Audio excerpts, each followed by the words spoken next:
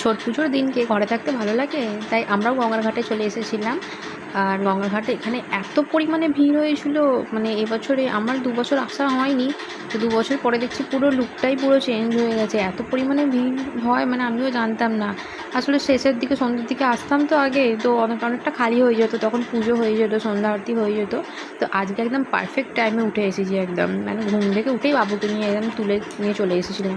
আর আমাদের ঘর থেকে ঘাটটা বেশি দূরে নয়।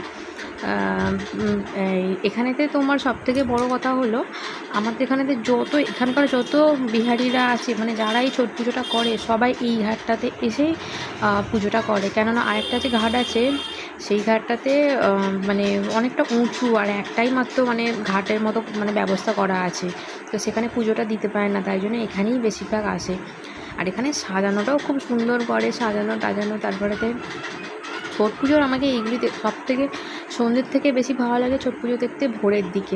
ভোরের দিকে কোনো বাড়ি আসা হয় না, খালি আসবো করে অ্যালার্মটা দিয়ে রাখবো, আর যে অ্যালার্মের কাঁটাটা বাজবে অমনি ব্যাস হয়ে গেল, অ্যালার্মটা বন্ধ করে আবার ঘুমিয়ে পড়লাম।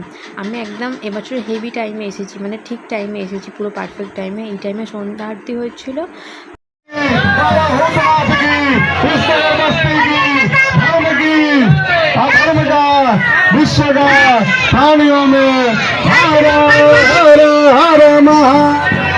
এইখানটা এত জোরে জোরে বক্স বাজছিল, কিচ্ছু আমার বাবু তো দেখতেই আছে যে এত সাউন্ড সামনে বক্সগুলো দিয়েছে, ও দেখে একটু ভয়ই পেয়ে গেছিলো, ওই জন্য ওখানে তো সাইড করে নিলাম ওকে ওখান থেকে। গঙ্গাধারে ভিড় দেখুন, মানে জায়গা নেই, আর এত পরিমাণে গরম হচ্ছিলো ওখানে, আমি তো পুরো ঘেমে গেছিলাম। আমি আর মানে সবাই কী করে যে আছে এত সেজেগুজে আমি বুঝতে পারছি না। অবশ্য আমিও আজকে শাড়িটা পরেছিলাম, এত গরম হচ্ছিলো আমাকে, আমি পরি না খুব একটা, আর আজকে পরেছিলাম কেন আজকে একটু অন্যই লুক একটু সাজতে চেয়েছিলাম।